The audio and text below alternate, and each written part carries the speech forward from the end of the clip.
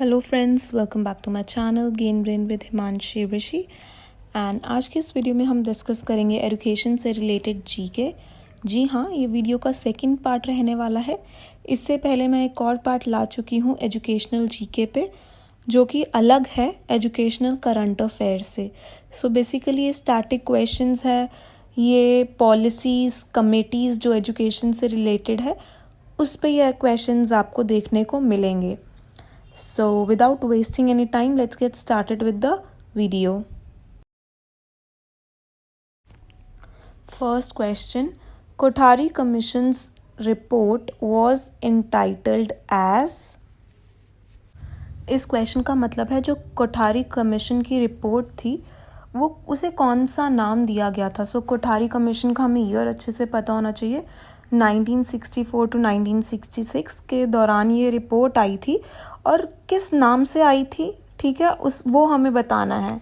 Entitled का यही मतलब होता है किस नाम से, क्या उसको टाइटल दिया गया था, educational and national development, learning to be, diversification of education, या फिर education and social change in democracy. So जो इस क्वेश्चन का सही आंसर है, करेक्ट आंसर है, वो है option A, that is educational and national development. और ईयर याद रखना 1964 टू 1966।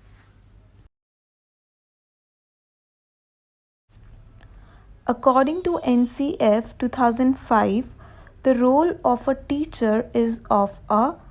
NCF जो 2005 का है उसके अकॉर्डिंग जो एक टीचर है वो क्या है, वो हमें बताना है। डिक्टेटर, फैसिलिटेटर, अथॉरिटेटिव या फिर परमिसिव। सो जो इस क्वेश्चन का करेक्ट आंसर है वो है फैसिलिटेटर। फैसिलिटेटर का मतलब होता है काइंड ऑफ अ हेल्पर। सो एक टीचर है, उसको बच्चे को आंसर खोजने में हेल्प करनी चाहिए, खुद उसको आंसर खोज के नहीं देना चाहिए। सो बेसिकली मैं आपको एक एग्जांपल बता रही हूँ। सो जो एक टीचर का काम है वो एक फैसिलिटेटर वर्ड यूज़ किया है एनसीएफ ने, ठीक है। सो जो फैसिलिटेटर का मतलब होता है काइंड ऑफ अ हेल्पर, कि सिर्फ एक हेल्प करे टीचर बच्चे की एडुकेशन में, ठीक है। अब हेल्प किस चीज़ में करे, जहाँ पे उसको लगे बच्चे को हेल्प की ज़रूरत है। ये नहीं कि उसको आंसर्स बोर्ड पे लिखवा दिए, ठीक है, उसने लिख लिए, रट्टा मार लिया, पेपर दे दिया, पास हो गया, नहीं। फैसिलिटेटर का मतलब उसकी हेल्प करे जहाँ पे उसे मुश्किलें लगे और वो खुद क्रिएट कर सके, ढूंढ सके आंसर, ऐसे इस बच्चे को बनाया जाए, ठीक है। सो बेसिकली एनसीएफ कहता है कि टीचर एक फैसिलिटेटर है।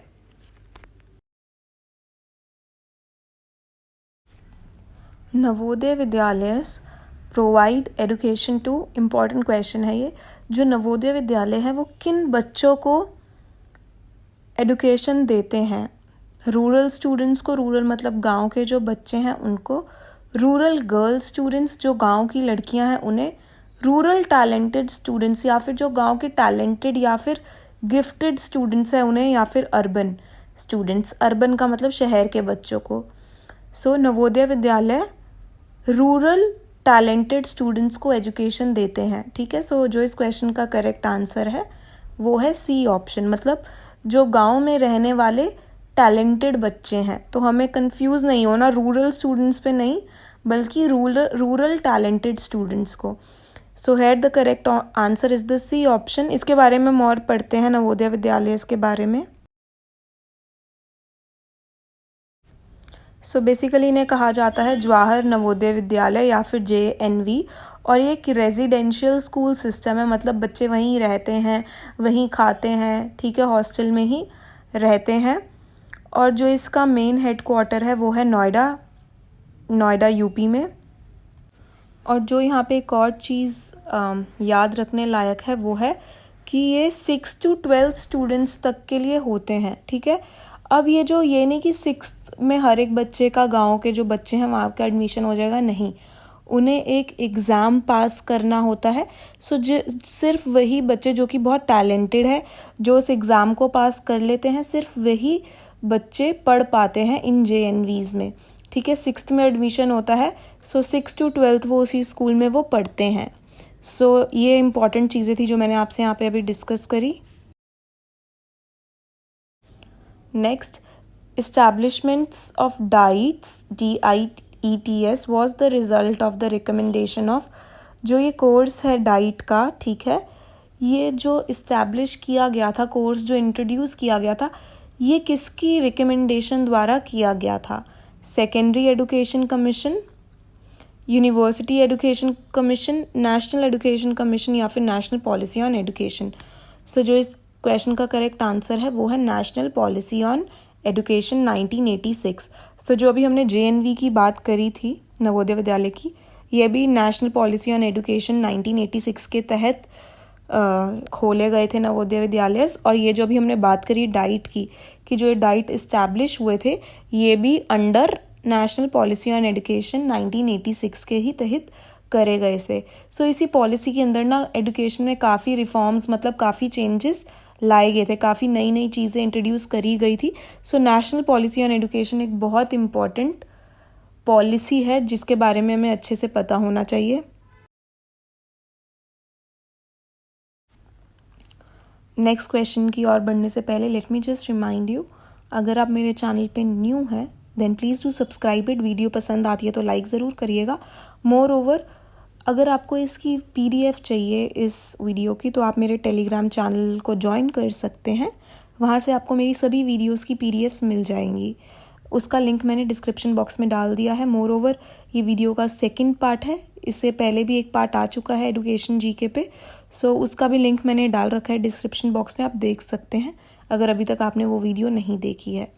Now moving on to the next question, What was the purpose of midday meal scheme at primary level? Mid day meal scheme जो कि 1995 में पहली बार आई थी, लॉन्च हुई थी, ठीक है, इसका बेसिकली क्या एम था, इसका बेसिकली क्या पर्पस था प्राइमरी लेवल पे? सो यहाँ पे हमारे पास 4 ऑप्शंस है। पहला ऑप्शन है to make sure no child is hungry, ये मेक श्योर करना कि कोई भी बच्चा भूखा ना रहे अपने देश का, इसलिए इन्होंने ये स्कीम लागू करी। या फिर to increase enrolment in primary levels, या फिर इसलिए कि एनरोलमेंट का मतलब होता है एडमिशन, इसलिए इन्होंने ये स्कीम लागू करी कि जो एडमिशन है बच्चों का प्राइमरी लेवल में ज़्यादा से ज़्यादा होए। टू इंक्रीज एम्प्लॉयमेंट, इन्होंने एम्प्लॉयमेंट, लोगों को एम्प्लॉयमेंट मिले, ठीक है, रोज़गार मिले, इसलिए इन्होंने ये स्कीम लागू करी। या फिर to keep primary teachers engaged, जो प्राइमरी टीचर्स हैं उनको एंगेज रखने के लिए, उन्हें बिजी रखने के लिए इन्होंने ये स्कीम लागू करी। सो जो इस क्वेश्चन का करेक्ट आंसर है वो है option B, to increase enrolment in primary levels, ठीक है, कि बच्चों का एडमिशन ज़्यादा से ज़्यादा स्तर पे हो प्राइमरी लेवल्स पे, इसलिए इन्होंने ये स्कीम लागू करी थी 1995 में। नेक्स्ट इंपॉर्टेंट क्वेश्चन है ये भी, which state was the first state to implement the mid day meal scheme, कौन सी स्टेट इंडिया की ऐसी पहली स्टेट थी जिसने मिड डे मील को इम्प्लीमेंट किया था, लागू किया था अपने स्टेट में? केरला, तमिलनाडु, राजस्थान या फिर इनमें से कोई भी नहीं। सो जो इस क्वेश्चन का करेक्ट आंसर है वो है ऑप्शन बी, तमिलनाडु। जी हाँ, तमिलनाडु में ये सबसे पहले मिड डे मील बांटा गया था। उसके बाद जब ये वहाँ पे लगा कि ठीक है वहाँ पे एडमिशन्स, एनरोलमेंट नंबर ज़्यादा बढ़ रहा है स्कूल्स में, तो ये ऑल ओवर इंडिया फिर इससे चला दिया गया था इस स्कीम को। सो थोड़ा हम पढ़ लेते हैं मिड डे मील के बारे में। Tamil Nadu was the first state in India to introduce this scheme. So mid day meal scheme को तमिलनाडु ने सबसे पहले लॉन्च किया था, इंट्रोड्यूस किया था, ठीक है। और इस स्कूल का नाम भी मेंशन है, Saurashtra boys higher secondary school Madurai, 1955 में ये लॉन्च हुआ था, ठीक है। और 2001 में 28 नवंबर को सुप्रीम कोर्ट ने ऑर्डर्स डाल दिए कि अब इंडिया के हर स्टेट में, हर स्कूल में मिड डे मील बच्चों को बंटना चाहिए। Next question, education is that thing which makes man self sufficient and selfless, where is this idea taken from? So हमें एक कोटेशन दे रखी है, हमें बताना है ये कोटेशन कहाँ से ली गई है, ठीक है। एजुकेशन एक ऐसी चीज़ है जो आदमी को सेल्फ सफिशिएंट और सेल्फलेस बनाती है। सो बेसिकली इसका ये मतलब है कि एजुकेशन एक ऐसी चीज़ है जो हर एक इंसान को आत्मनिर्भर बनाती है। सो कहाँ से ली गई है? समवेदा, ऋग्वेदा, यजुर्वेदा या फिर अथर्ववेदा? सो जो इस क्वेश्चन का करेक्ट आंसर है वो है answer B, that is Rigveda. Rigveda से ये चीज़ ली गई है, ये कोटेशन ली गई है। Next, Jamia Millia Islamia was established on. सो जो ये यूनिवर्सिटी है जामिया मिलिया इस्लामिया, ये कब इस्टेब्लिश की गई थी? 1900, 1930, 1974 या फिर 1962 में? अगेन जो इस क्वेश्चन का करेक्ट आंसर है वो है बी ऑप्शन, 1930 में। 1930 में इस यूनिवर्सिटी को इस्टेब्लिश किया गया था।